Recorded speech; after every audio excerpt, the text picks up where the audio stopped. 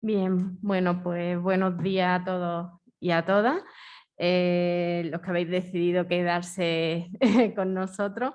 Bueno, yo me toca presentar a un compañero y amigo, el profesor Pablo Meira.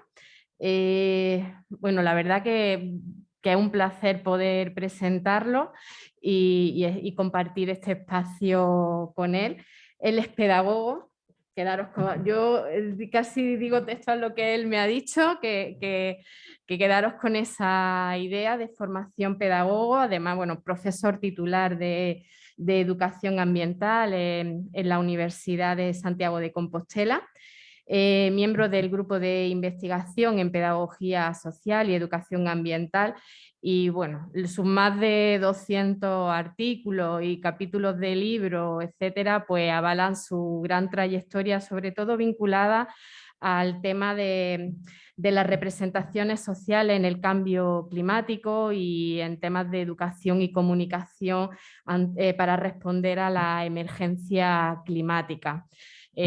Bueno, si le podéis echar un vistazo a su currículum, está respaldado por diferentes premios y demás, pero yo quiero resaltar la última que tienen su haber, y es que junto con el profesor José Gutiérrez y también Edgar, que además estará con vosotros mañana, tiene también una ponencia y participa aquí también en el Congreso.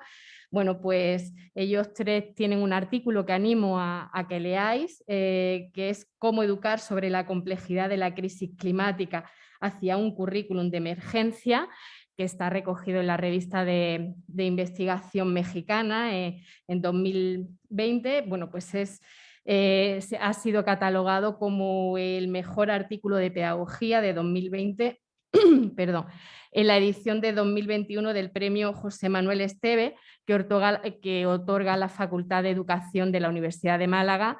Me consta que de aquí a un par de meses irán a recogerlo, así que yo creo que es importante resaltar este reconocimiento, porque además es un título, o sea, es un premio vinculado a la difusión de trabajos pedagógicos. Yo, sin más dilación, agradecerle a Pablo su presencia en el Congreso y deseando escucharlo, porque seguro que vamos a aprender mucho de él. Muchas gracias, Pablo. Gracias, Fátima.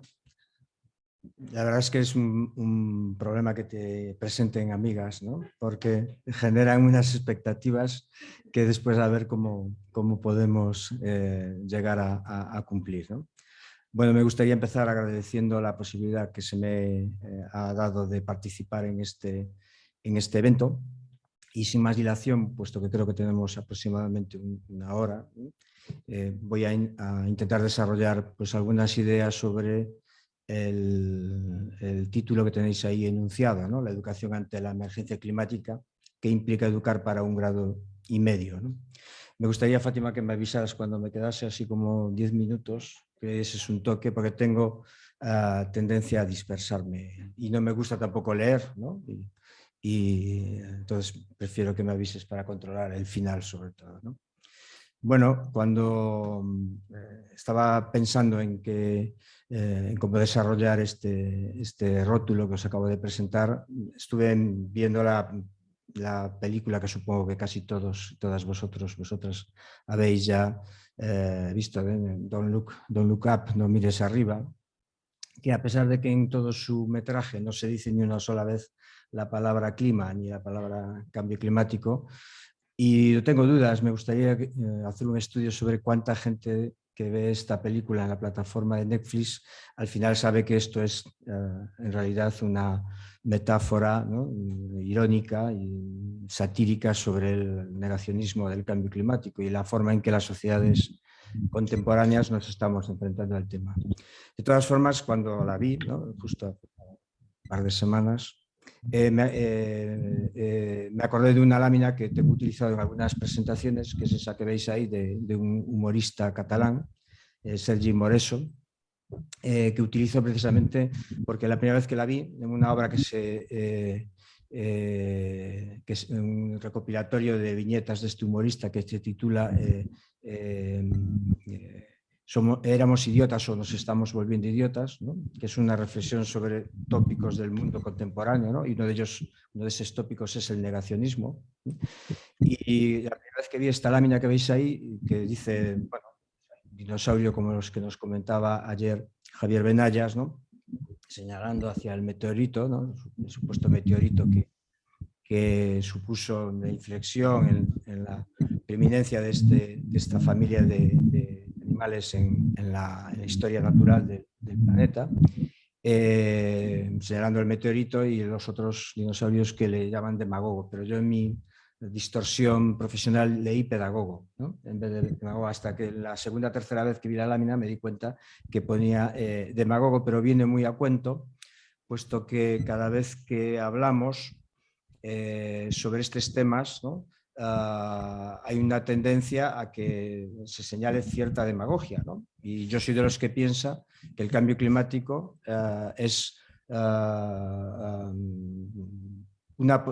plantea una posibilidad de colapso, no de colapso de la vida ni de colapso de la especie humana, sino de colapso de un modelo de civilización, que puede ser un colapso más o menos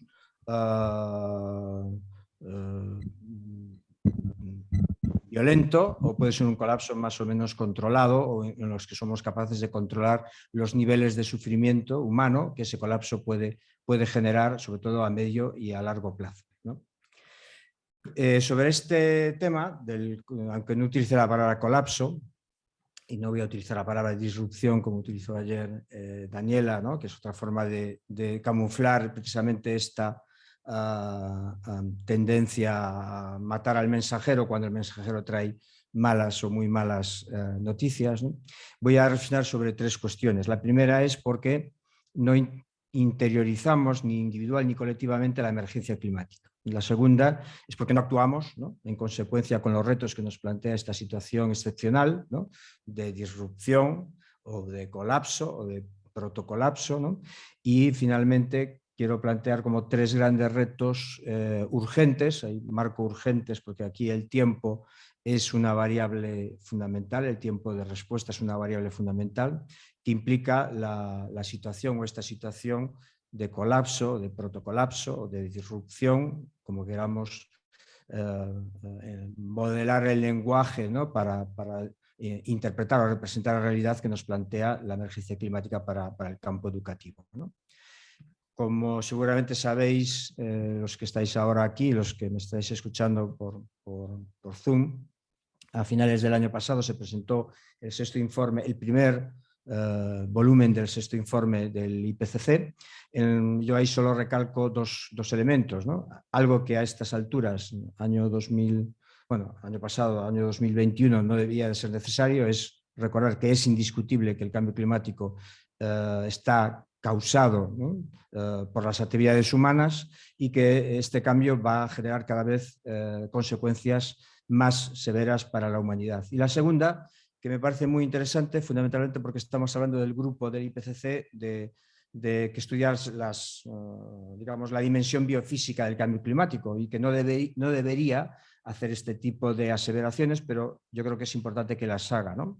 Y nos dice este grupo 1 del IPCC que al menos que haya reducciones inmediatas, rápidas y a gran escala de emisiones de gases de efecto invernadero, limitar el calentamiento a un grado y medio será imposible. Y utiliza la palabra imposible, ¿no? La cuestión es cómo interpretamos reducciones inmediatas, rápidas, es decir, qué velocidad tiene que tener esa reducción y cómo interpretamos también la escala de esa reducción, ¿no?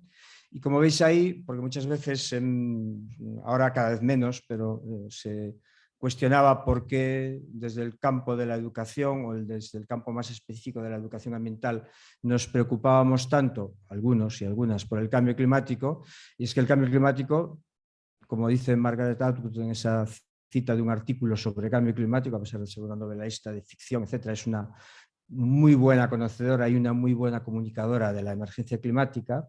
El cambio climático no es un problema, es el cambio de todo, ¿no? El cambio climático significa que tenemos que revisar absolutamente todo, y cuando digo todo, no me refiero solo al campo de los comportamientos o al campo de los conocimientos, sino también al campo del modelo de producción y consumo, es decir, a nuestro modelo civilizatorio, ¿no? Desde noviembre de 2019 y desde enero de 2020 estamos en emergencia climática. El Parlamento Europeo aprobó la declaración de emergencia climática en noviembre de 2019 y el gobierno español, ¿no?, ya situándonos en nuestro contexto, también declaró la emergencia climática en enero de 2020, ¿no? Lo que sucede es que en marzo de ese mismo año, como todos sabéis, también hubo que declarar la emergencia pandémica, ¿no?, la emergencia sanitaria, ¿no? Si entráis ahora en cualquier centro educativo, desde la educación infantil a la educación universitaria, rápidamente, ¿no?, vais a percibir que estamos en emergencia sanitaria. Yo os estoy viendo ahora, a todos y a todas con mascarillas, ¿no? Toda la iconografía, ¿no?, la sinaléctica de la facultad, en este caso, está plagada de informaciones, de recomendaciones, de alusiones, ¿no?, de tal forma que permanentemente, ¿no?, en cualquier contexto educativo en el que nos movamos, vamos a percibir que hay algo que es extraordinario, ¿no? Hay una disrupción, utilizando el concepto que utilizó ayer Daniela, ¿no?, de la realidad en la cual nosotros tenemos que orientar todo nuestro comportamiento, toda nuestra forma de interactuar con otras personas, toda nuestra forma de tomar decisiones en base a un marco que es la emergencia planetaria, ¿no?, perdón, la emergencia sanitaria. Sin embargo, no encontraréis ningún espacio, ni educativo ni no educativo, donde al entrar o al movernos o al interactuar tengamos ninguna señal de que estamos en una situación de emergencia climática. Hay una declaración formal a nivel europeo, hay una declaración formal en el caso del Estado español a nivel estatal, también algunas comunidades autónomas, no todas, también han declarado la emergencia climática, pero la vida sigue más o menos como antes de que oficialmente entráramos en estado de emergencia climática, ¿no? Esto tiene que ver con un tema que cada vez nos preocupa más a los que trabajamos en las representaciones sociales del cambio climático, y es que más que sabemos o qué pensamos o qué conocemos sobre el cambio climático, es qué nos hace sentir el cambio climático. Nosotros hicimos el año pasado un estudio demoscópico, que es una de las líneas de investigación de nuestro grupo de trabajo, ¿no?, que justo, además, coincidió el trabajo de campo, el 50% antes de la declaración, en el año 2020, no en el pasado, en el 2020, el trabajo de campo coincidió justo una mitad antes de la declaración de la emergencia sanitaria y la otra mitad después de la declaración de la emergencia sanitaria. Para explorar un poco, después de la COP25 de Madrid, cuál era la percepción, los conocimientos, los sentimientos de la población española sobre el cambio climático, ¿no? Y aparte de incorporar los tópicos que solemos incorporar, porque tenemos una secuencia longitudinal, ¿no?, de estudios sobre este tema, sobre la creencia, el conocimiento. La sociedad española es una sociedad en la que el negacionismo tiene una presencia residual, no llega al 2, 3, 4%, aunque no es una batalla ganada del todo, ¿no? El interés es creciente, ¿no? 9 de cada 10 personas entrevistadas, ¿no?, mayores de 18 años, ¿no?, declararon que el cambio climático les generaba mucho interés, pero después teníamos unos ítems que estamos incorporando ahora para explorar un poco el universo emocional, ¿no?, aunque es muy difícil explorar las emociones con un instrumento como es una encuesta demoscópica, ¿no? O sea, somos conscientes de que las emociones cuadran mal o se miden mal con este tipo de instrumentos, pero quisimos hacerlo, ¿no? Y ahí ves un poco el abanico de emociones, ¿no?, que planteamos y cómo se distribuyeron, ¿no? Bueno, las más destacadas, bueno, interés, es algo que nos interesa, pero después aparece obviamente la impotencia como emoción predominante, una emoción negativa, igual que el disgusto, hasta cierto punto la indignación, pero después nos llamó la atención de que solo la mitad de la población, un poco menos de la mitad de la población, sintiese miedo, ¿no? Lo cual nos indica que todavía hay un déficit en el potencial de amenaza percibido por parte de la sociedad, cuando menos de la sociedad española, ¿no? Es curioso porque tenemos impotencia, indignación, pero no miedo, es decir, seguimos manteniendo cierta distancia psicológica, ¿no? Emocional, fundamentalmente, con el problema. Y la emoción que menos se proyecta es la esperanza, ¿no? Solo un poco más del 40%, 4 de cada 10 personas, dice tener esperanza, obviamente bastante esperanza en encontrar soluciones. Lo cual tenemos un cóctel que en los estudios de representaciones sociales del cambio climático llamamos como una emoción compuesta, que es la sobredeterminación, ¿no? Por una parte tenemos miedo, pero por otra parte sentimos impotencia, ¿no? Y una combinación de miedo e impotencia es el cóctel perfecto para la inacción, ¿no? Cuando sentimos miedo por algo, pero no sentimos ninguna capacidad de respuesta efectiva, positiva, para defendernos de esa amenaza, pues tenemos obviamente un grave problema, ¿no? Claro, ¿por qué no tenemos esperanza? Bueno, la esperanza, más allá de ser, creo que una virtud teologal, no recuerdo muy bien, ¿no? de ese concepto religioso de la esperanza para nosotros, cuando las personas que nos movemos en el mundo laico, tiene que ver con hechos concretos, ¿no? Con elementos concretos donde poder anclar, ¿no? la respuesta a una amenaza que sentimos, ¿no? y que en este caso podemos objetivar, porque la ciencia nos permite objetivar esa amenaza, ¿no? La ventana de esperanza que tenemos, cuando menos a nivel de política global, porque esto es un problema global y va a exigir respuestas a todas las escalas, pero también a escala global, es el Acuerdo de París. No me voy a detener en él porque seguramente la mayor parte de los y las que me estáis escuchando lo conocéis o cuando menos tenéis una idea general. El objetivo del Acuerdo de París es limitar al final de este siglo el incremento de la temperatura media del planeta en 2 grados y a ser posible, sería lo óptimo, ¿no? El mal menor, por decirlo de alguna forma, a 1,5 grados centígrados, ¿no? No establece, paradójicamente, a diferencia del protocolo precedente, es decir, del protocolo de Kioto, no establece objetivos de reducción concretos ni tampoco plazos para alcanzarlos, ¿no? Es decir, no transmite sentimiento de urgencia. De hecho, en la propia redacción se dice que hay que avanzar hacia ese objetivo tan pronto como sea posible. Yo creo que ninguno de vosotros conseguiríais que un banco os firmase una hipoteca a devolver tan pronto como sea posible, ¿verdad? Bueno, pues este documento, que es un documento que está en vigor, está firmado por prácticamente todos los estados, plantea que ¿no? los hitos, ¿no? para conseguir ese objetivo, pues en un tiempo que no se define, ¿no? Que no está concretado, ¿no? Y a diferencia del protocolo de Kioto, que no hacía ninguna referencia a herramientas o a instrumentos educativos, el Acuerdo de París sí que hace alusión en su artículo 12 a que tenemos que utilizar, ¿no? herramientas educativas, ¿no? procesos educativos de comunicación, de educación, de formación, etcétera, ¿no? de sensibilización y participación para avanzar en ese objetivo de los 2 grados o grado y medio, ¿no? Ahí tenéis el texto del artículo 12, que es lo menos importante. Lo que me gusta que miréis la foto, ¿no? La foto, ahí veis al que era en ese momento al director general de las Naciones Unidas, al presidente de Francia y a Cristiana Figueres, ¿no? que es esta mujer, no tenemos aquí, que es la única mujer que aparece en primer plano con las manos levantadas, que fue, digamos, la cabeza, ¿no? del Acuerdo de París, la que en ese momento dirigía, o era la directora del programa de las Naciones Unidas de la Convención de las Naciones Unidas para el Cambio Climático. Quedaros con la imagen de esa mujer porque después la retomaremos, ¿no? Después de París y de esa euforia que se reflejaba en esa foto, ¿no? Bien, lo hemos logrado, ¿no? Tenemos ya la solución, ¿no? para esa amenaza, para ese problema.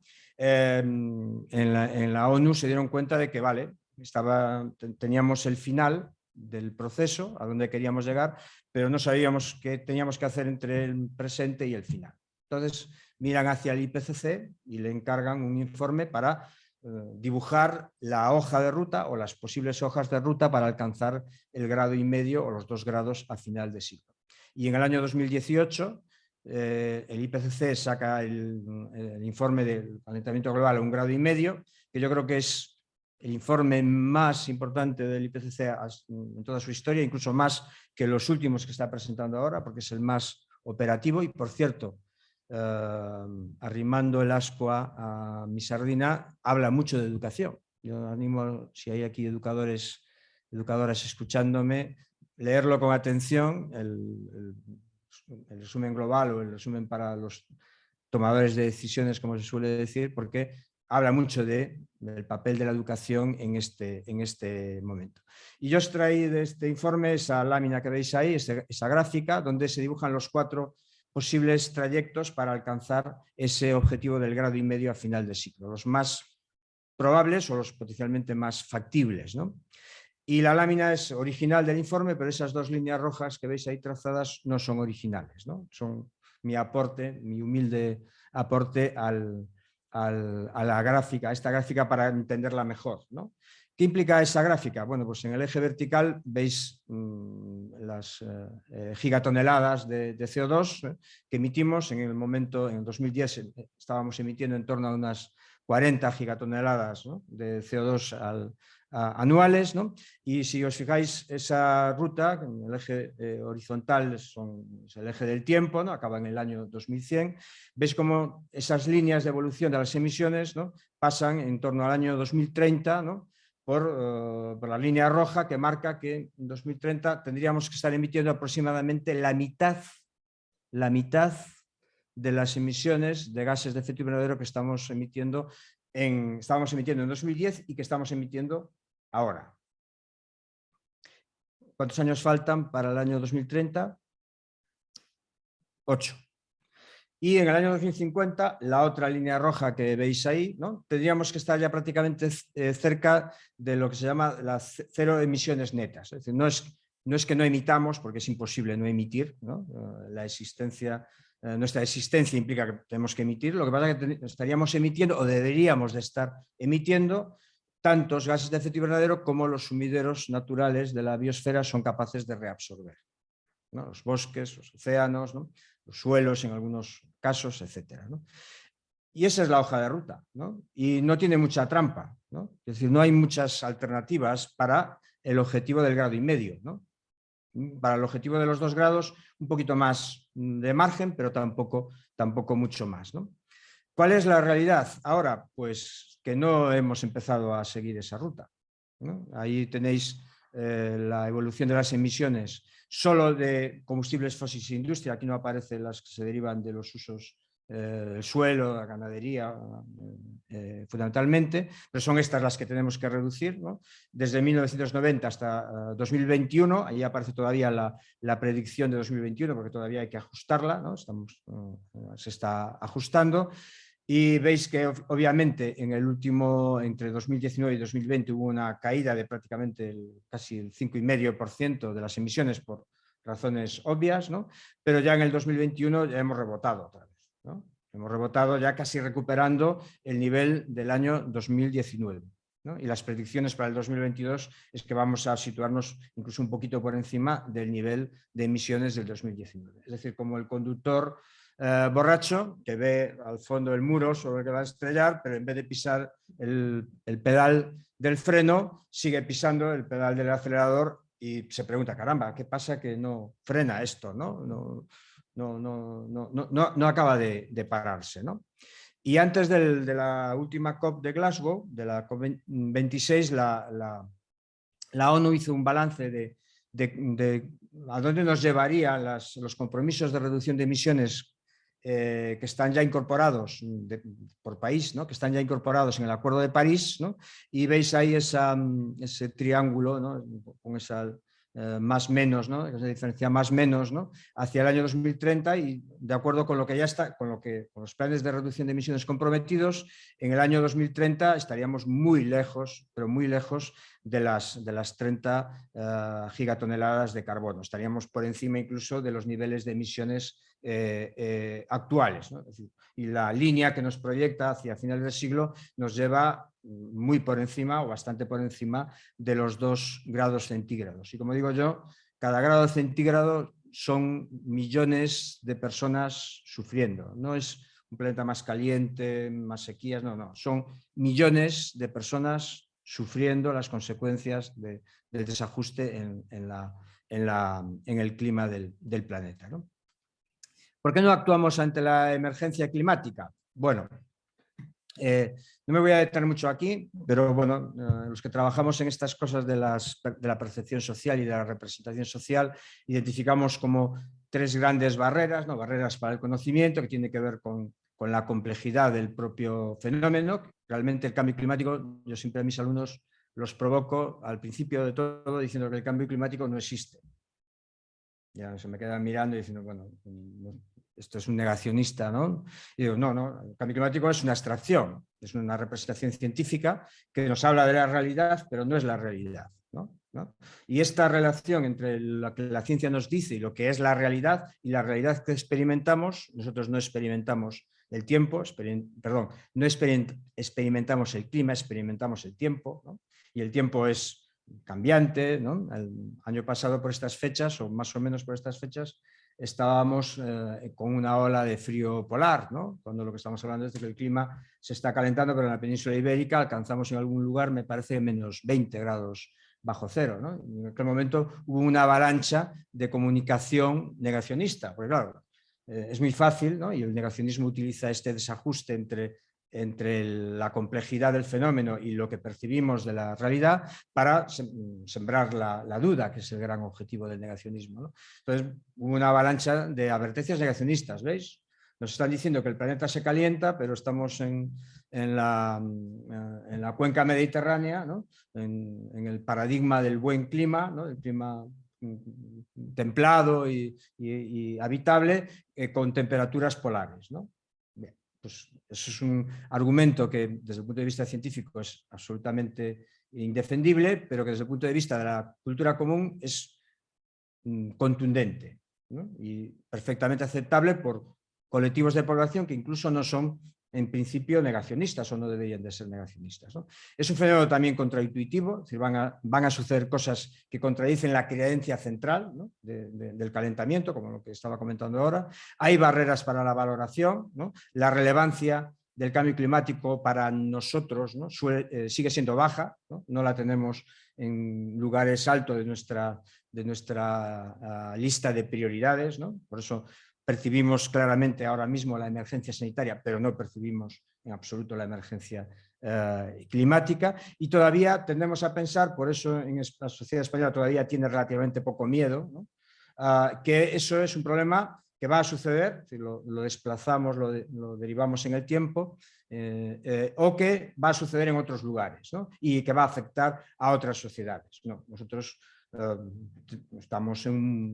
vivimos en cápsulas sociales relativamente confortables, ¿no? Y que mantienen más o menos su estabilidad, o que son menos vulnerables a cosas que, por otra parte, aceptamos que son consecuencia del cambio climático. Y después hay muchas barreras para la acción, como comentó ayer Javier, ¿no? Es decir, barreras estructurales que son parte del modo de vida, del estilo de vida, que aunque tomemos conciencia racional del problema, aunque lo valoremos, ¿no? Y nos posicionemos ante él, ¿no? Valoremos su potencial de amenaza, impiden que actuemos en consecuencia, ¿no?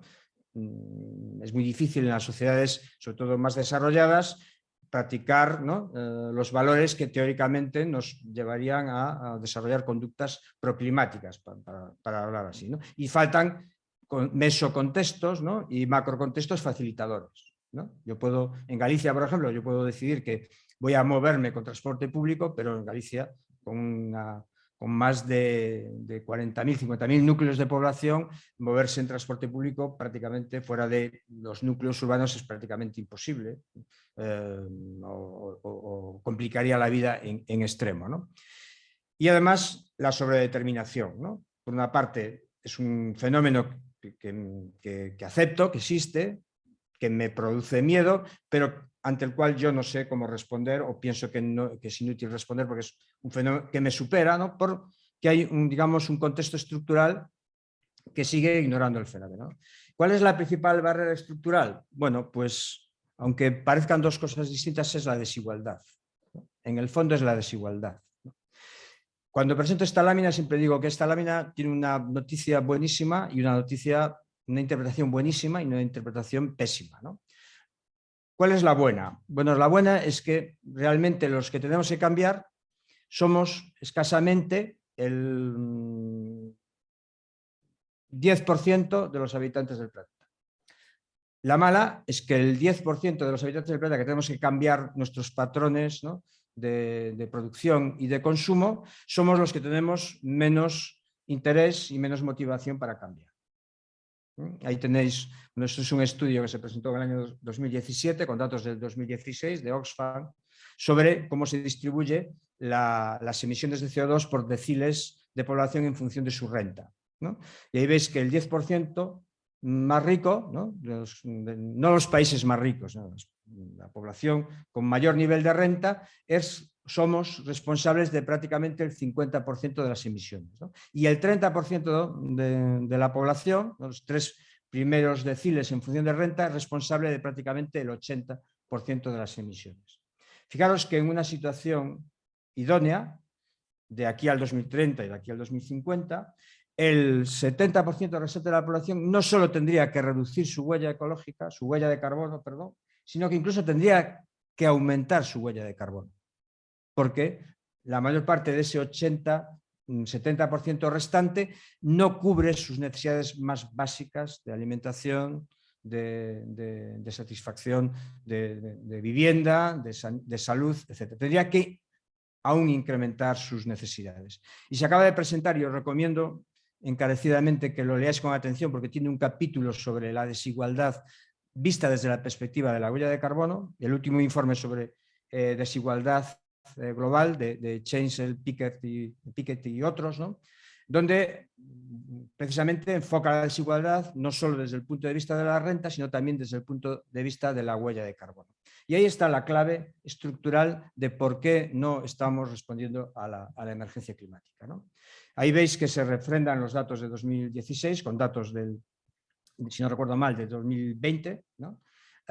Y veis que el 10% de la población con mayor renta es responsable del 48% de las emisiones globales de CO2 y dentro de ese 10%, el 1% más rico, el famoso 1%, es responsable del 17% de las emisiones. Es decir, que si el 1% de la población decidiese reducir a la mitad, solo a la mitad, no pediría yo más, ¿no?, ese 1% más rico, sus emisiones de CO2, conseguiríamos reducir prácticamente en 8 o 9 puntos, ¿no?, el porcentaje. Es brutal, ¿no? Entonces, solo ese cambio en los próximos 2 años, por ejemplo, nos situaría de golpe en la senda del 20%, del 50% de emisiones en el año 2030. O sea, solo con que el 1% de la población mundial decidiese no reducir en lo que le correspondería en una distribución equitativa de la huella de carbono sus emisiones, sino reducirla a la mitad. Tendría que reducirla mucho más, obviamente, ¿no? Y esto es la clave fundamental que está en el fondo de lo que estamos hablando. Y nosotros formamos parte de ese 10% superior. La mayor parte de los que estamos aquí y probablemente de los que me estáis escuchando por Zoom, somos de los que tenemos que reducir significativamente nuestra huella ecológica, ¿no? ¿Qué retos urgentes implica esta situación de emergencia para la educación? Bueno, el primero es la urgencia. Tenemos que situar la crisis climática en el centro de las agendas políticas y de las agendas públicas. Y en la agenda educativa, por ejemplo, no está la emergencia climática como prioridad. Y necesitamos acciones educativas de emergencia. En escasamente 8 años tenemos que reducir a la mitad nuestras emisiones de CO2 y en aproximadamente 30 años alcanzar el cero neto. Y el tiempo de respuesta aquí es una variable fundamental. Y los sistemas educativos, hablando solo de la educación formal, son lo más parecido al Titanic, ¿no?, en términos de respuesta a los problemas que surgen dentro de la sociedad, ¿no? Después, os acordáis que os comenté al principio que os fijaréis en Cristiana Figueres, ¿no?, en la mujer esta, ¿no?, en el 2017 en Nature, ¿no?, Climatic Change, en la revista que Nature dedica a cuestiones de cambio climático, publicó este artículo con otros investigadores no radicales, obviamente, no muy radicales, está por ahí Rostron también, ¿no? Diciendo que, vale, 3 años, 2017, para salvar nuestro clima, tomando como referencia hacia adelante, en ese momento, el año 2020.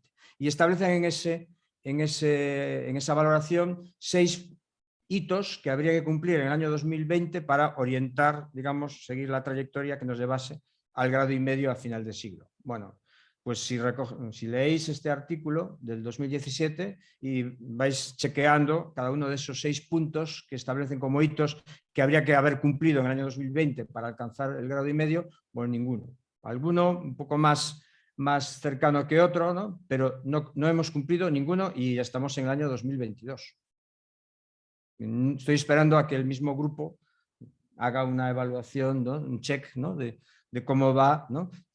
Porque son datos muy complejos, ¿no? De cada edad, pero los que hasta donde yo entiendo y los he chequeado y buscado información, no estamos cumpliendo la hoja de ruta, ¿no? Lo cual no es sorprendente, ¿no? Esta lámina, cuando en la COP26, me llama mucho la atención porque nos habla de eso, ¿no? Cada vez que hay una COP nos recuerdan que no tenemos tiempo, ¿no?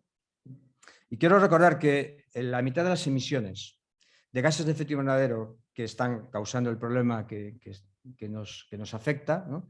Se emitieron desde el año 1989. Es decir, que el tiempo, ¿no? Ahí habla de la COP1 de Berlín del 95, pero el tiempo probablemente para haber empezado a frenar, seguramente hay muchos científicos que así lo dicen, que ya pasó en los años 70 y los años 80. Ese era el momento donde pisar el freno, ¿no? Pues no lo pisamos, ¿no? Y seguimos quedándonos sin tiempo, ¿no? Segundo reto, ¿no? Conseguir que el cambio climático sea relevante y percibamos realmente su potencial de amenaza, fundamentalmente en las sociedades avanzadas, ¿no? Hay otras sociedades que ya lo están percibiendo, no tienen ninguna duda, ¿no? De que algo está pasando y que tiene que ver con cambios en el clima y en la biosfera, ¿no? No tenemos una avalancha de subsaharianos en el Mediterráneo simplemente por un tema económico, ¿no? Pues sino porque las condiciones de vida en el Sahel fundamentalmente, ¿no? La parte sur del Sáhara son cada vez más insoportables, ¿no? Y por lo tanto, como ha hecho la humanidad siempre, la población busca, ¿no? Aquellos lugares donde es posible vivir, cuando menos vivir dignamente, ¿no? Y la cuestión es cómo hacer esto sin generar o sin alimentar esa sobredeterminación de la que hablaba al principio, porque esto es algo, yo diría que casi inédito en el campo de la educación y de la comunicación, ¿no? ¿Cómo se comunica una catástrofe a cámara lenta? Porque esto no es una catástrofe, no es algo que está, no es como la pandemia, ¿no? Que empezó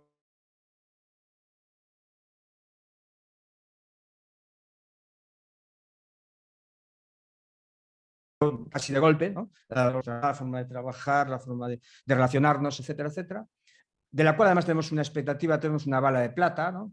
Vacunas, ¿no? ¿no? Tenemos una idea de que es una emergencia, pero que tiene una caducidad, pero claro, el cambio climático, la emergencia climática es una catástrofe a cámara lenta, ¿no? Está sucediendo, ¿no? No va a suceder, está sucediendo, lleva sucediendo, de hecho, casi siglo y medio. Y lo sabemos desde casi hace un siglo, no sin nada, desde prácticamente los primeros estudios que asocian gases de efecto invernadero, contaminación emitidos por el hombre y cambio climático son ya de finales del siglo XIX. O sea, no es algo que hemos descubierto en el año 1995 en la COP de Berlín o en los otros, ¿no? El primer informe de la administración estadounidense que llega el presidente advirtiendo de los cambios en el efecto invernadero es de los años 60, no es del año 70 o 90. ¿No? Esto lo sabíamos, ¿no? Y esto es un reto enorme porque además tenemos que combinar varias agendas, es decir, esto tiene que ser significativo, relevante, en varias agendas, y ahí tenemos de fondo hay una agenda negacionista que ya cada vez es más sofisticada, ya no es el negacionismo, no hay cambio climático, sino ya es un negacionismo, hay incluso adaptacionismo. Bueno, como se insinúa en la película de No mires arriba, hay quien ve ya ventajas económicas en el meteorito, ¿no? Esto es podemos sacar, ¿no? De hecho, la base, la idea de fondo del Green New Deal es que vamos a convertir una oportunidad económica el cambio climático. Es el meteorito, digo, ¿qué podemos sacar del meteorito, ¿no? De bueno para el sistema, ¿no? Y algo que es muy importante, ¿no? Sobre el tema de la relevancia, ¿no? ¿Cuántos sistemas educativos integran la emergencia climática en la senda en tiempo presente? Cero. Cero. El cambio climático estaba ya en el currículum, incluso antes de los últimos 20 años se incorporó al currículum como tema, pero no como problema. Alguien me dijo cuando en alguna otra charla, cuando hablaba, no, pero algún estado de la Polinesia sí, sí, bueno, acepto. Bien, ¿no? Como están ya con el agua por las rodillas, no sé si viste la imagen de, creo que era de Vanuatu, no recuerdo qué estado polinésico, ¿no?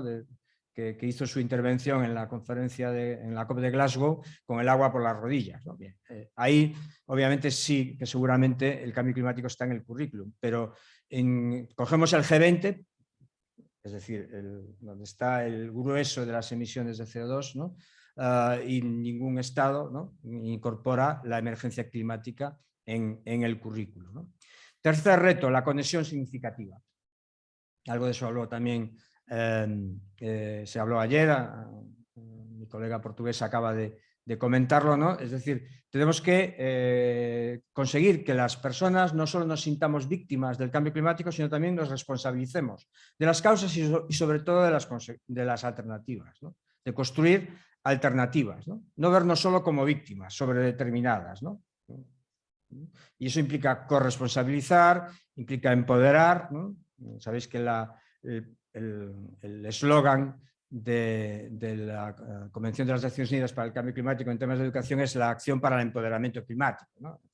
ACE, ¿no?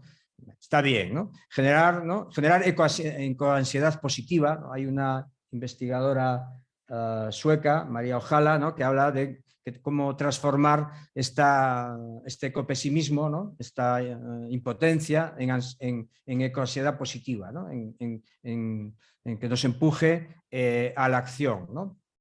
Nosotros, por ejemplo, detectamos, ¿no?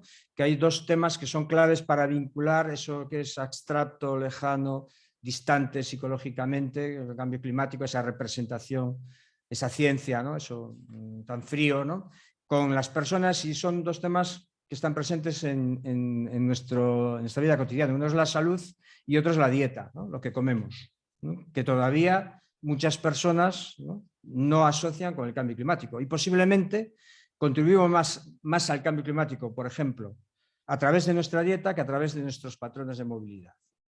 Lo que pasa es que las emisiones de la dieta son emisiones que están mucho antes del acto de consumo, ¿no? Entonces no las acabamos de asociar, ¿no? Y además tenemos que demostrar que esos cambios no son sacrificios, ¿no? Que esos cambios no son renuncias sino que permiten mejorar, ¿no? nuestra salud, permiten mejorar la vida en común, la vida social, las relaciones sociales, nuestro bienestar también emocional, ¿no? Es decir, que no estamos hablando de sacrificarnos, sino de mejorar, ¿no? De cambiar para mejorar nuestra forma de vida. Y una reflexión final, penúltima, sobre cómo afecta esto, cómo ver esto desde el punto de vista del sistema educativo. La historia del currículum, el currículum es un objeto muy complejo, ¿no? Y no es solo los contenidos, ¿no? Pero a lo largo de la historia el currículum nace con la modernidad. Antes de la época moderna de la Ilustración no había currículum, no era necesario, había educación, pero no había una organización de esa educación en función de las necesidades de un Estado. Y los primeros sistemas educativos con un marco curricular, ¿no? Aunque no se llamase así, que surgen en el siglo XVIII y el siglo XIX, tienen un objetivo muy claro, ¿no? Descubrieron que la escuela y la escolarización era el lugar donde cultivar, sobre todo en Europa, pensad en Alemania o en la Francia del siglo XVII y XVIII, Alemania, Italia, ¿no? Que eran estados que se estaban configurando, no tenían una identidad, ¿no? El caso más claro quizá fuera Italia, ¿no? Mosaico. Entonces, la educación y el currículum sirvió para dotar a esos estados de identidad, ¿no? de un marco cultural común, una referencia común, que explica, por ejemplo, que hasta hace muy poco en las escuelas de prácticamente toda Europa, al entrar y al salir, se cantase el himno y se honrase a la bandera, ¿no? Era una forma de asociar a los individuos con un determinado grupo social homogéneo, más o menos homogéneo, y de cultivar esa homogeneidad. Ese elemento no desapareció del currículum todavía, ¿no? Pero en el siglo XX, sobre todo a partir de los años 50, y esto es muy revelador, supongo que muchos de vosotros y muchas de vosotras conoceréis es cuando se marca la gran aceleración, ¿no? Cuando comienza el antropoceno, cuando empezamos a crecer en todos los parámetros positivos y negativos de forma exponencial, ¿no? Y ahí se marca un cambio, ¿no? Bueno, el sistema educativo no solo tiene que servir para dotar de unidad, de identidad social, cultural, ideológica, religiosa a veces también, ¿no? a la ciudadanía, sino tiene que servir también para responder a las necesidades del mercado, porque el mercado, ¿no? El mercado de trabajo necesitaba responder no solo que los ciudadanos tuvieran una formación general, sino tuvieran también una formación específica para alimentar esa gran aceleración. En el siglo XXI seguimos en ese chip, pero se incorpora una vuelta de tuerca, porque la educación misma pasa a ser una mercancía, ¿no? Ya no es solo para alimentarnos, sino que la educación, sobre todo después de la revolución neoliberal de los años 80, ¿no? de ese dúo dinámico tan maravilloso que formaron Ronald Reagan y Margaret Thatcher, ¿no? La educación pasó a ser ella misma una mercancía, y ahí estamos, ¿no? Ahí estamos, ¿no? La reforma de los títulos superiores de Bolonia hay que interpretarla, por ejemplo, en esa clave, ¿no? Hablando de la enseñanza superior. Y ahora estamos en un momento en el cual seguramente necesitamos incorporar algo que no está en el sistema educativo, ¿no? Que es precisamente el desajuste enorme que hay entre la civilización humana y la biosfera. Y eso es una nueva etapa, y no tenemos ese currículum, ¿no? Para mí ese currículum tenía que tener 3 elementos clave, ¿no? Aprender a vivir dignamente en los límites. En el sistema educativo no aprendemos, ni siquiera hablamos de los límites, ¿no? Salvo en algunos reductos, ¿no? De la enseñanza superior, pues la cuestión de los límites no está puesta en cuestión, ¿no? Tomar conciencia de nuestra ecodependencia e interdependencia, es decir, que sin determinada organización de la biosfera no somos nada. Y decía ayer Javier que como especie llevamos nada, 200.000 años, ¿no? De casi 3.500, ¿no? Que tiene la historia de la vida en el planeta, no somos nadie, y que para ser alguien, para seguir siendo alguien en términos biológicos, necesitamos ajustar nuestra existencia a la biosfera, y que dependemos de los recursos y del marco que nos ofrece para vivir y satisfacer nuestras necesidades. Y la tercera cuestión es el decrecimiento, pero no el decrecimiento, ¿no? Sino el decrecimiento justo. Y los que tenemos que decrecer fundamentalmente somos el 10% de la humanidad. La buena noticia, ¿no? La buena noticia es que realmente tenemos que cambiar sustancialmente, ¿no? No sé si hablar de disrupción o de revolución, como después de la conferencia de Daniel ayer dije, bueno, disrupción o revolución, ¿no? La disrupción parece más políticamente correcto, pero lo que estamos hablando es de una revolución, ¿no? Porque hay que redistribuir no solo la renta, sino también los recursos, ¿no? Yo creo que sería más fácil distribuir la renta que los recursos y las cargas ambientales, ¿no? Y finalmente, tenemos que proyectar, para luchar sobre todo con la sobredeterminación, futuros posibles y futuros deseables, ¿no? Y tenemos que recrearlos o explorarlos desde el campo de la educación y desde otros campos, pero en la educación es una tarea fundamental, porque uno de los problemas que detectamos cuando hacemos estudios sobre percepción social en estudiantes universitarios o de educación secundaria es que no son capaces de imaginar otro futuro, porque hemos interiorizado el mundo en el que vivimos. Vemos el mundo desde el marco, ¿no? Ese marco que se empieza a construir a mediados del siglo pasado, ¿no?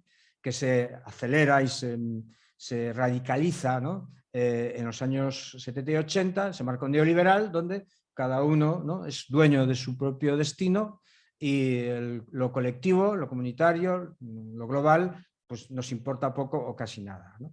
y no somos capaces de pensar que puede haber otros mundos posibles, ¿no? E incluso la ficción, que es fundamentalmente distópica, cuando piensa en el futuro, yo siempre digo, no, la ficción no es distópica por pesimismo, la ficción es distópica porque desde esa forma de entender la sociedad y el individuo dentro de la sociedad, interesa que pensemos que cualquier futuro alternativo al que tenemos ahora es negativo. Que yo cuando veo Walking Dead digo, yo, qué bien vivir en el año 2022 en que todavía no haya zombies, ¿no? Bien, bien, porque, bueno, los que vivimos bien, ¿no? No tenemos demasiada motivación para pensar que otro mundo es posible, ¿no? Y hay una reflexión final, ¿no? Es un error político y estratégico pensar en cómo hay que integrar la emergencia climática en el sistema educativo. Más bien, hay que pensar en cómo orientar el sistema educativo en su conjunto para atender a la emergencia climática, ¿no? Bueno, pues ahí lo dejo, ¿no? Y ahí tenéis la web de nuestro proyecto de investigación sobre cambio climático y representaciones sociales y percepción social. Y gracias por vuestra atención a los que estáis aquí presentes y a la nube, ¿no? Que está ahí, que no sé por dónde estáis, pero que gracias por vuestra atención, ¿no?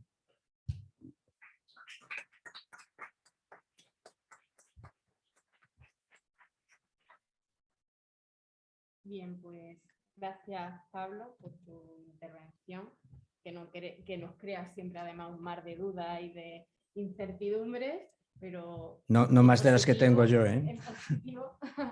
Gracias por compartirlas con nosotros. No sé si hay alguna pregunta en sala o virtualmente. En el chat hay algunos comentarios. No los puedes ver ahí. Bueno, aquí hay una pregunta de alguien que supongo que será de aquí, de España, que habla de la nueva Ley Orgánica de Educación, de la LOMLOE. En España se acaba en noviembre, bueno, no me acuerdo ahora. Los que estáis aquí me podéis refrescar la nueva ley, realmente una reforma de las leyes orgánicas, de las dos leyes orgánicas precedentes, ¿no? Eso de LOMLOE, que es ley orgánica que modifica la ley orgánica de la educación. Eso es una especie de trabalenguas, ¿no? Y efectivamente se incorpora la cuestión del cambio climático, incluso se habla en el texto de la ley, se habla de la emergencia climática, se utiliza el concepto de emergencia climática, ¿no? Eso es muy positivo, obviamente. Se están elaborando ahora los marcos curriculares para los distintos niveles educativos, pero en el sistema educativo español la gran parte de las competencias operativas para el desarrollo de la enseñanza primaria y la enseñanza secundaria dependen de las comunidades autónomas, y cada comunidad autónoma va a tener que desarrollar después sus propios marcos curriculares para adaptar los marcos curriculares del Estado al nuevo marco que dibuja la LOMLOE. A mí me parece positivo. Lo que sucede es que veo que la velocidad es muy lenta, ¿no? Primer problema. Segundo problema, el marco general en donde se enmarca la respuesta a la crisis climática es el de los ODS. Y yo soy muy crítico con los ODS porque creo que tienen en su interior, ¿no? Llevan una contradicción profunda que va a generar muchos problemas a la hora de enfocar la transición social a medio y largo plazo. El objetivo 8, ¿no? Que es el de trabajo decente y crecimiento, bien, como hablaba ya el informe de Brundtland del año 87, ¿no? La puesta de largo, digamos, del concepto de desarrollo sostenible, de que es preciso crecer un 7% del PIB anual en los países en vías de desarrollo y lo normal en los demás, es decir, el tópico, ¿no? Más o menos 3% anual del PIB. Claro, de aquí a 2030 eso supondría que prácticamente 3/4 partes de la humanidad duplicase su Producto Interior Bruto actual. Después tenemos el 13, el de Acción por el Clima, que aunque como se aprueban antes de la conferencia de la COP de París, no incorpora el objetivo concreto del 1,5 grados, pero dice que se va a, digamos, asumir las metas que se acuerden en negociación de la COP que iba a ser en París, ¿no? Claro, si tenemos que en algún momento decidir si queremos cumplir la meta 1, que es la 1 del objetivo 8, o la meta 1 del objetivo 13. Pero yo creo que es imposible cumplir las dos. Yo os pido que hagáis un ejercicio de visualización, ¿no?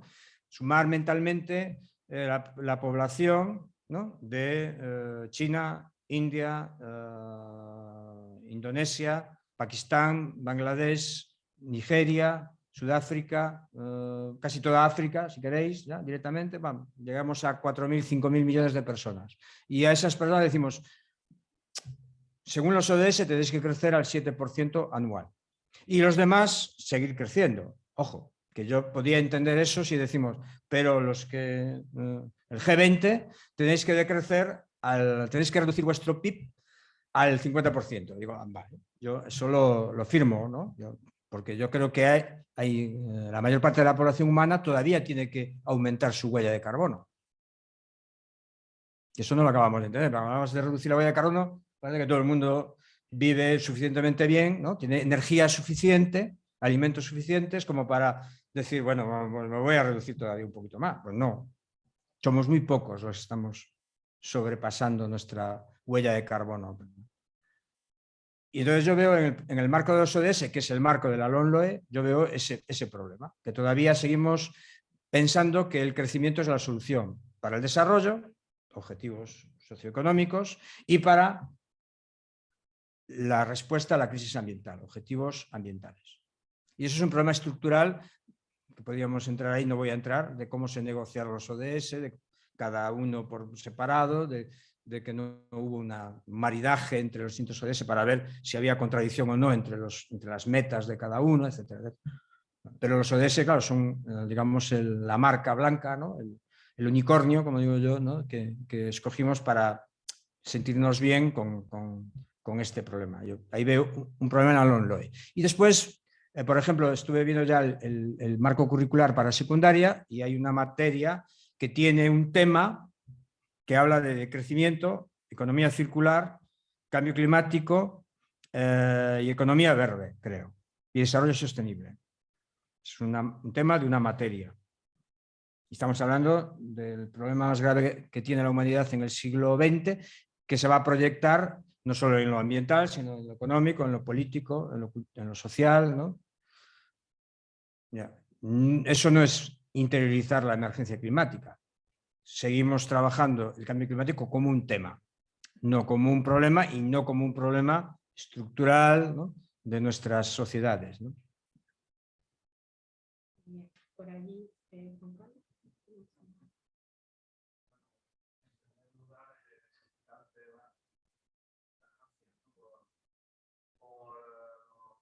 lo claro lo bien que ha relatado, ¿no? La situación tan compleja y el diagnóstico tan certero, ¿no? De lo mal que está, de lo mal que está todo.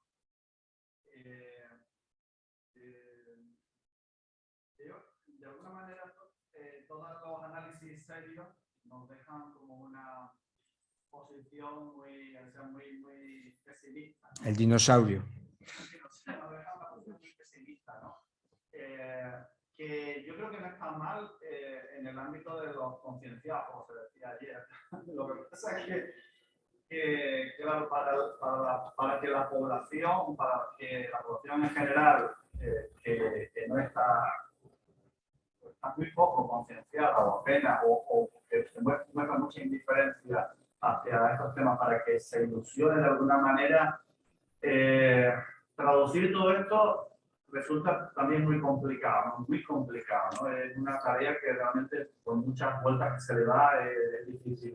Cómo, tú lo has presentado muy bien, ¿no? Cómo decirle a la gente, cómo relatar este catastrofismo, la cámara lenta, ¿no? Esta catástrofe a la que vamos, parece que vamos conducidos de una manera irremediable a cámara lenta, y al mismo tiempo que no se suicide, aunque no se lleguen a cuando se den cuenta de la situación en la que estamos, ¿no? Bueno, no sé si, ¿cómo valoras tú el tema de la emergencia sanitaria, la pandemia, ¿no? Si estamos aprendiendo algo, si podríamos aprender algo de esto, ¿no? A la hora de ponerse de acuerdo, de actuar, porque es verdad que, bueno, en los análisis también se dice, bueno, esto ha venido muy mal, ¿no? Me parece que en el 2019, digamos, una senda de conciencia más colectiva, de darnos cuenta de cuál era el problema, de las declaraciones de emergencia climática, y ahora esta otra emergencia tapa todo lo tapa todo, porque esto parece que hay que ponerse a trabajar de manera inmediata, ¿no? Y tapa la otra emergencia mucho más relevante, más importante, más trascendente realmente. Pero no sé si en la manera, si se puede aprender algo o si nos transmite alguna esperanza.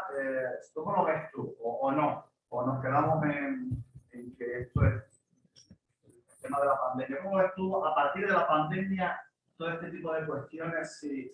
Si de alguna manera también los que trabajamos en estos temas, cambios climáticos, si a lo mejor podemos utilizar algún recurso, algo que hayamos aprendido en este periodo tan nefasto también, para de alguna manera poner ejemplos o atender de alguna manera, concienciar un poco más a la población para que se dé cuenta realmente de la importancia de esta otra gran emergencia. ¿Cómo lo ves tú, Pablo? Ahí está escribiendo, yo creo que miles de reflexiones sobre la relación que hay entre la situación de emergencia pandémica y la climática, ¿no? Yo cuando empezó ya por el marzo del 20, empezó la situación, ¿no? Pasamos a la situación de emergencia sanitaria. Los 2-3 primeros meses hubo mucha efervescencia virtual, porque no podía ser presencial, de charlas, conferencias. Llegó un momento que empecé a decir que no, porque es que tenía una cada día, ¿no? Como descubrimos que lo virtual es muy económico, ¿no? Y funciona, y de repente desde todas partes del mundo a ver que hay que, mira, un webinario, no sé, una conferencia virtual, tal cual. Y siempre la pregunta era, bueno, esto que tiene, esto va a ser bueno, ¿no? Había un cierto optimismo, ¿no? Que esto nos va a enseñar algo, ¿no? Y yo digo, algo nos va a enseñar seguro, o lo que sea bueno ya no lo tengo yo tan claro, ¿no? Por ejemplo, ¿qué me parece que podemos aprender? Por ejemplo, que el sistema educativo es capaz de modificar significativamente muchos elementos del currículum, porque aunque no nos parezca, el horario, la distribución de los espacios, la organización del tiempo escolar, los procesos de enseñanza-aprendizaje que pasan de ser presenciales a ser virtuales o semipresenciales, esos son cambios curriculares muy poderosos, ¿no? Y también hubo muchos cambios de contenido, porque había que explicar a niños y a niñas de primaria y de secundaria qué es lo que estaba pasando, ¿no? Y la COVID obviamente no estaba en el currículum. Perdón, no estaba en los contenidos del currículum. Pero sin embargo, el profesorado, los centros, ¿no? Las comunidades educativas, ¿no? En escasamente un mes fueron capaces de reorganizarse, cuando menos en el caso español, con más o menos dinamismo en función y efectividad en función de casi de cada centro, para responder a una situación de emergencia. Eso indica que si conseguimos generar un momento intenso de emergencia climática, lo cual es muy difícil, porque no sé cuándo, con qué pretexto, ¿no? Sería posible pensar que el sistema educativo puede en muy poco tiempo, en días, puede redefinir todo el currículo, que eso es el currículo no solo son los contenidos, es todo lo que permite que el sistema educativo desarrolle su función de socialización secundaria de la población, ¿no? Responder a la emergencia climática. Pero no tenemos ese punto de inflexión, no tuvimos, ¿no? Y no sé cuál podría ser, no sé si una concatenación de olas de calor o de frío, no sé si podría, no sé, localmente, ¿no? Podría generar eso, ¿no? Y eso nos muestra que ante un problema concreto, ante una amenaza general, global, es posible que el sistema educativo, ¿no?, ese Titanic, ¿no?, en un tiempo relativamente corto sea capaz de girar, no para evitar el problema, porque no fue imposible contener el COVID fuera de los centros educativos, pero sí minimizar mucho su impacto y sobre todo mantener la actividad, una actividad social esencial. Quien dice eso del sistema educativo, podemos decirlo del sistema sanitario. ¿Qué sucede? Que en términos globales también aprendimos de que el mercado, ¿no?, responde, pero solo responde si se mantiene el criterio fundamental de generar beneficios. Por eso seguimos en pandemia. No seguimos en pandemia porque el virus mute.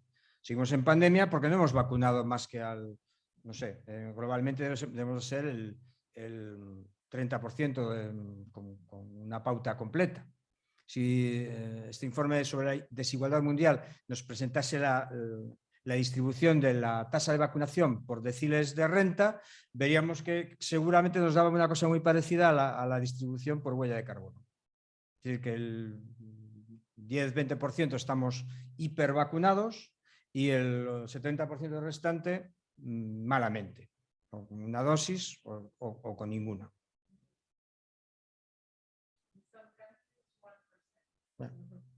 Bien, entonces, también nos enseña que el sistema, aunque algunos sistemas del sistema fueron capaces de responder, en algunos estados, ojo, por eso también tendemos a pensar que somos menos vulnerables, porque tenemos sistemas expertos que reaccionan ante las amenazas y tienen recursos para reaccionar ante las amenazas, ¿no?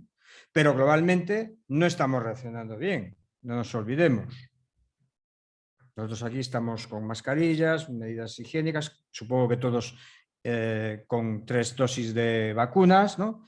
Pero en otras zonas del planeta no tienen ni siquiera una dosis, ni tienen medidas profilácticas, ni tienen sistema sanitario para atender, ¿no? Y simplemente alcanzarán en algún momento la inmunidad de rebaño. ¿Por qué? Porque nuestro sistema de producción farmacéutica se mantiene dentro de los cánones del mercado y no va a liberar las patentes de las vacunas. Aun sabiendo, paradójicamente, que eso daña en términos generales a todo el propio sistema económico. Es curioso cómo el capitalismo es tan irracional, a pesar de que parte del supuesto de que actuamos como homo economicus, como seres racionales, ¿no? Pero es profundamente irracional, ¿no? Entonces, hemos aprendido cosas muy positivas, ¿no? Pero globalmente hemos aprendido que efectivamente el modo de producción y consumo, la economía global de mercado, no es capaz de responder a un problema global de este tipo. ¿Por qué? Porque la desigualdad, ¿no?, en ese mundo mercantilizado determina, ¿no?, si tienes alternativas o no tienes alternativas.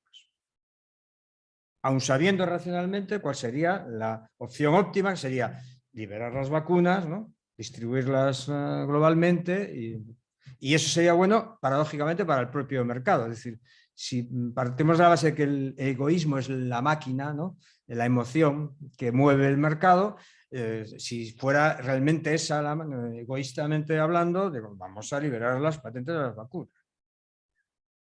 Pues no. Ayer decía Javier que tenemos ejemplos de éxito. Por ejemplo, ponía como ejemplo, se cita mucho el protocolo de Montreal, ¿no?, y para la reducción de las emisiones de gases fluorados, de CFCs, ¿no?, que destruyen efectivamente. Eso fue un gran éxito, ¿no? Pero yo recomiendo que leáis, hay un libro de Oreskes y Conway que se llama Mercaderes de la duda. Está traducido al castellano, ¿no? Creo que es el original es del año 2010, 2011, no me acuerdo ahora muy bien, donde analiza la historia del cambio climático, ¿no?, del negacionismo del cambio climático, pero dentro de esa historia está la historia del negacionismo del agujero de la capa de ozono. Y da 2 claves de por qué el protocolo de Montreal fue posible. Primera clave, porque en ese momento, en plena revolución neoliberal, Margaret Thatcher, Ronald Reagan, tanto una que por cierto, de formación no era economista ni abogada, sino que era bioquímica, y Ronald Reagan, que tuvo un cáncer de piel, eran muy sensibles a la cuestión de los efectos de la destrucción de la capa de ozono. Segunda, las empresas químicas que fabricaban los compuestos fluorados, de los CFCs, fundamentalmente DuPont, que tenía la patente de la mayor parte de estos compuestos, que inicialmente crearon un lobby negacionista del agujero de la capa de ozono, de repente descubrieron que la mayor parte de esos compuestos tenían sus patentes caducadas o a punto de caducar. Y dijeron, espera, un momentito, si nosotros tenemos también las patentes de los compuestos alternativos para los CFCs, si hay que cambiar todos los sistemas de refrigeración del planeta, nosotros tenemos moléculas artificiales, ¿no?, que hacen la misma función, pero que no llevan en su composición cloro o flúor, ¿no?, que cuando llega ahí a la parte alta de la atmósfera se va por su parte y se dedica a ligarse a las moléculas de ozono y a descomponerlas. Entonces dijeron, ¿cómo nos vamos a oponer a algo que lo que va a hacer es renovar nuestro nicho de negocio? En el año 86 estaba el Acuerdo de Montreal. En un poco más de un año, ni COP20, en poco más de un año, el Protocolo de Montreal estaba encima de la mesa y teóricamente desde el año 2012 no se pueden emitir CFCs. Ahí el egoísmo, el mecanismo, el mercado, ¿no?, dijo, no, la oportunidad de negocio del meteorito la vieron claramente desde el principio. Y la oportunidad de negocio era sustituir los CFCs por otros compuestos. Clarísimo. Pero claro, ¿qué problema tenemos con el cambio climático? Que el cambio climático no es un problemilla de una familia de compuestos químicos, es el modo de producción. Como el modelo energético nos decías tú antes, pero el modelo energético no es el modelo energético, es todo. Es cómo producimos, cómo consumimos, cómo vivimos, cómo nos movemos, cómo comemos, es todo. Y claro, eso no es es un cambio de sistema, ¿no? Llamémoslo disrupción, llamémosle colapso, llamémosle revolución, llamémosle más suave es transición. Pero el tiempo es la variable fundamental y no estamos actuando como si fuera una emergencia. La parte de la urgencia todavía no la entendemos. Bien. Pablo, mira, tenemos un par de preguntas, cuando quieras, y otras también en redes, y con esto cerramos también por tiempo. La voy a comentar para sino que dé respuesta a las dos y ahora te paso a ti la palabra, ¿vale?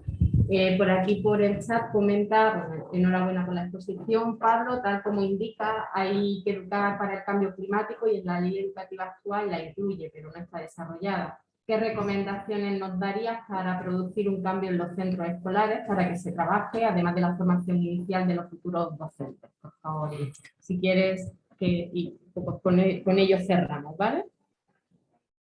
Días a todos, gracias al profesor.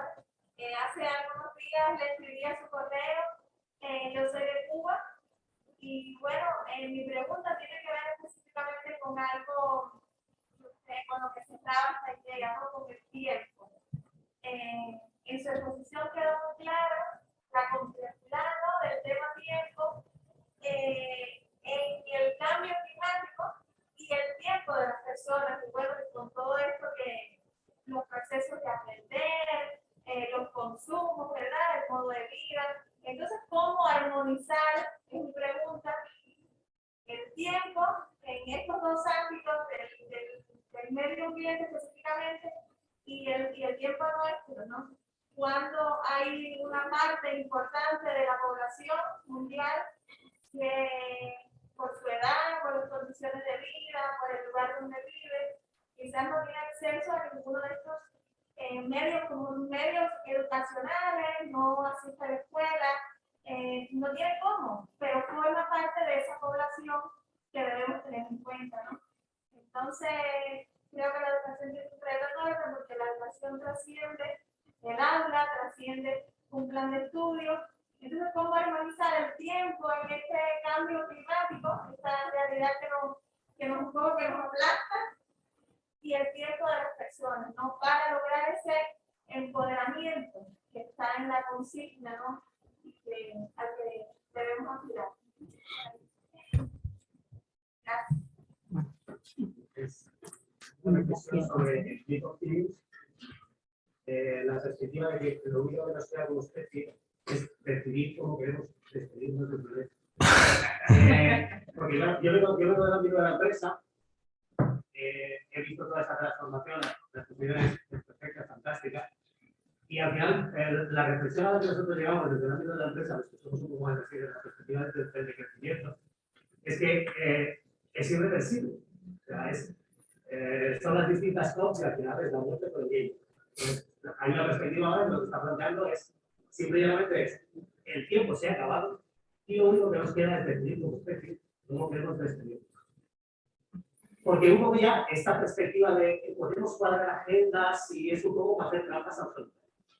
Entonces, es simplemente cuál es tu percepción de ese posible futuro distópico versus esta otra alternativa que parece mucho más así como racional y lógica, pero que igual a lo mejor ya está extinguida. ¿Nos estamos uniendo con esto? Alguna de las tres preguntas, podríamos estar aquí una ponencia, ¿no? A ver, empezando por la de Ligia Isabel, me parece, ¿no? Que es la que se refiere a cómo traducir la emergencia climática en el sistema educativo. Yo siempre digo que lo importante, en términos pragmáticos, a corto plazo, es transformar los centros educativos en espacios públicos alternativos. Es decir, en microcontextos donde se experimenten estilos de vida alternativos, ¿no? Ayer se hablaba por ejemplo, de cambiar los menús en un campus universitario, hablaba Javier también de la ambientalización de los campus, etc. Yo creo que eso crea contextos, aunque sean microcontextos, donde las personas pueden ser coherentes, ¿no? Pueden percibir la coherencia entre el mensaje educativo, ¿no? y las prácticas, ¿no? y los estilos de vida que se practican en ese contexto. Y en segundo lugar, proyectarse hacia la comunidad. En parte con la segunda cuestión que me planteabas, ¿no? La necesidad de utilizar los centros educativos también como modelos, ¿no? de espacios públicos alternativos que orienten también cómo modificar los patrones de consumo fundamentalmente en otros espacios que están asociados con los centros educativos. Y por supuesto hay que multiplicar exponencialmente los esfuerzos educativos fuera del espacio escolar, ¿no? Porque el cambio fundamental no lo van a hacer los niños, las niñas, los adolescentes, no, lo tenemos que hacer los adultos, ¿no? Hay una distorsión muy fuerte, algo de esto comentaba ayer Javier, ¿no? Entre los destinatarios de los programas educativos y quien realmente tiene la capacidad más pequeña o más grande o la responsabilidad de introducir cambios, ¿no? en los patrones de producción o los patrones de consumo, ¿no? Entonces nos dedicamos a educar a los niños, llevamos 50 años, la educación ambiental más o menos tiene medio siglo de historia, educando a las generaciones jóvenes para que no cometan los mismos errores que las generaciones adultas, ¿no? Pero bueno, obviamente en 50 años no hemos conseguido nada sustancialmente relevante, ¿no? Y en cuanto a la última cuestión, ¿cuál es mi esperanza? ¿No? La esperanza, ¿no? Mi esperanza es luchar por reducir la cantidad de sufrimiento humano que puede causar, ¿no? el cambio climático, que es inevitable. La magnitud del impacto que ese cambio puede ocasionar y la magnitud de sufrimiento humano que ese impacto puede ocasionar. No conozco a bastantes científicos que están o estuvieron en los paneles del IPCC. No conozco a ninguno que si hubiera una casa de apuestas, que a lo mejor la hay, ¿no? Que abriese una línea de apuestas por el 1,5 grados, que apostase por el 1,5 grados. Aún estoy esperando a encontrarme con el primero que me diga, oye, yo apostaría, no sé, 1.000.000 de euros para que al final del siglo, para mis hijos, ¿no? Para que al final del siglo XXI lleguemos con el 1,5 grados. No conozco ninguno. Y a los 2 grados, alguno podría decir, bueno, quizás tal, apuesto algo, no mucho, un par de 1.000 euros, ¿no? Pero tampoco mucho, ¿no? Para los 2 grados, ¿no? Pero entre esto y el año 2100, entre hoy y el año 2100, tenemos que reducir el sufrimiento que esto va a ocasionar. Ese es mi horizonte de esperanza. No es muy ingenuo, no sé si es pesimista o optimista, pero bastante realista.